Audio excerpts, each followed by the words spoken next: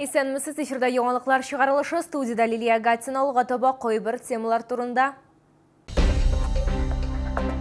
48-дә 11 йортында яшәүчеләр йорт яны территориясын җыештыруга зарлана. Моның сәбәбе нидә?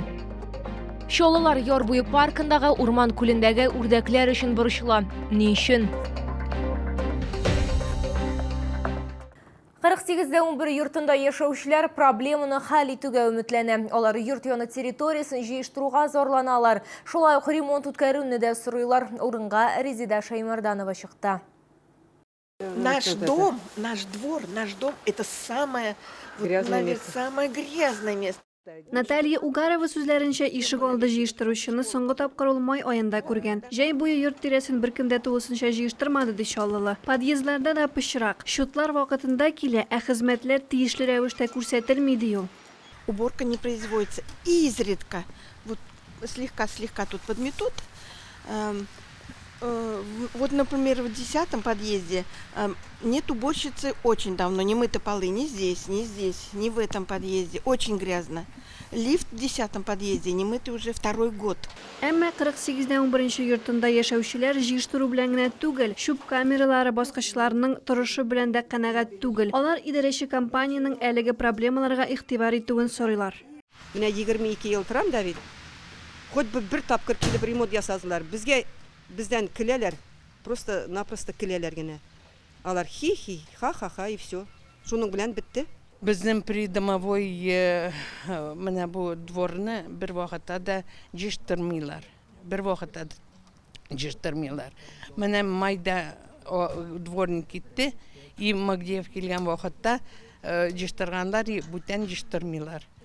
Моннан тыш күптән түгел халык тагын бер проблема белән очрашкан. Аларның подъездында еш кына вандаллык белән шөгыльләнүче яшьләр җыела ди Чаллылар. Идарәче компаниядә вазгыятьне контрольгә алырга вәгъдә иттеләр.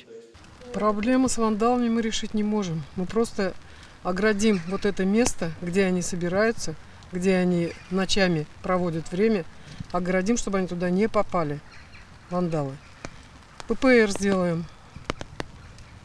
Отремонтируем все, что тут жители просят. Все это сделаем, естественно. Подъездда җыештыру мәсьәләсен дә игътибарсыз калдырмаячаклар. Ул график буенча башкарылачак дип аңлаттылар идарәче компаниядә. Резида Шаймарданова, Кирилл Хабжей, яңалыклар.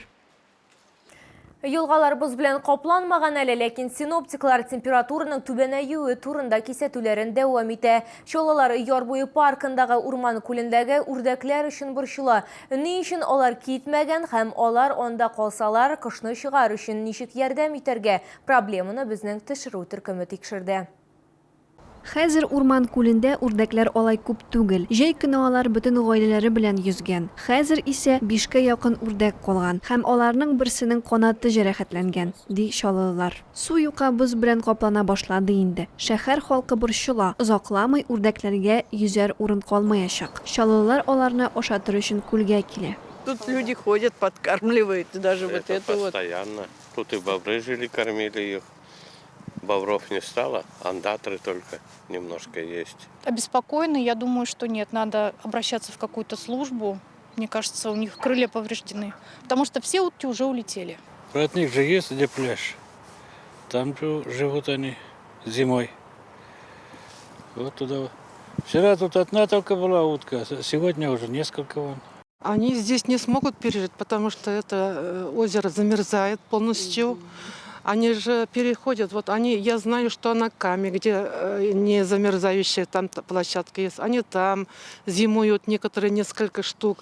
Чаллыда кышларга калырга карар кылган кышларга җылы мамык һәм тире асты мае ярдәм итәргә тиеш. Ләкин ачык судан башка үрдәкләр яши алмый. Аларга каурыйларын чистартырга һәм аларны май белән майларга кирәк. Балалар экология, биология үзәге җитәкчесе Владимир Товма аңлатканча, ел саен 200-гә якын үрдәк шәһәрдә кала. Һава шартлары аларның үлеменә йогынты ясамый. Бу кышларның күпчелеге ишәк авыруларыннан үлә. Шуңа күрә аларны дөрес ашатырга кирәк. В основном это то, что есть под рукой у человека. Это хлеб, но сразу предупреждаю, что черный хлеб ни в коем случае нельзя. Белый хлеб можно в небольших количествах, если он не очень свежий. И то надо его мелкими кусочками резать, например, кубиками, и вот такими кубиками давать. Үрдәкләрне бүрттерелгән бөртек, ярма һәм хәтта яшелчәләр белән дә ашатырга мөмкин. Иң яхшысы кишер һәм кәбестә бирергә кирәк. Резида Шаймарданова, Христина Балабанова, Сергей Вильданов, Кирилл Хабжей. Яңалыклар.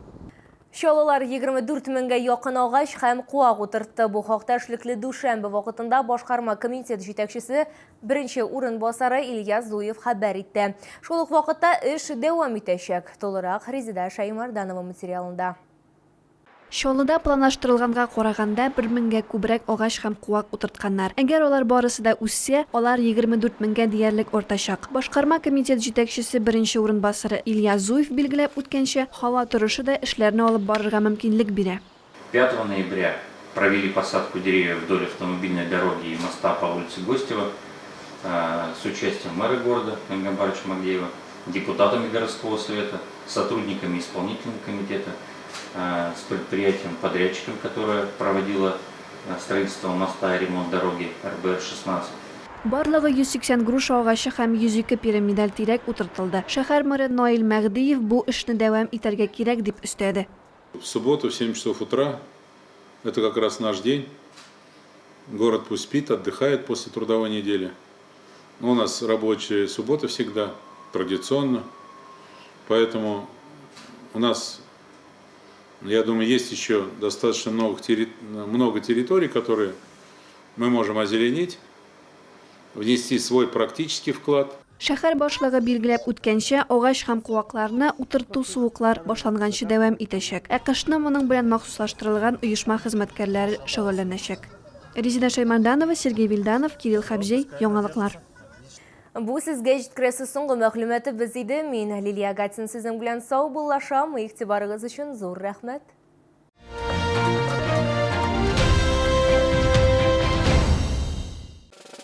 Откройте вклад в Акбарсбанке и получите шанс выиграть сертификат на 100 тысяч рублей на покупку бытовой техники или 3000 рублей на продукты. Подробнее на akbars.ru. Челны, встречай! Свежий улов прямо с Камчатки. Чавыча, красная икра, белорыбица. Все от производителя. С 14 по 19 ноября. ТЦ «Грин», первый этаж. Остановка «Глобус». Требуются водители-экспедиторы категории С, водители на ДАФы категории Е, грузчики. Телефон 8 919 626 30 70. Незабываемый романтический ужин с видом на вечерние Челны. Проведение любого торжества. Банкетный зал на 150 человек. Каждые выходные музыкальная программа. Загородное кафе «Вилла Браун». Карта забота платежной системы МИР от Акбарсбанка для пенсионных и социальных выплат. Переведите пенсию на карту забота, добавим 3000 рублей к первому зачислению. Оформите на akbars.ru.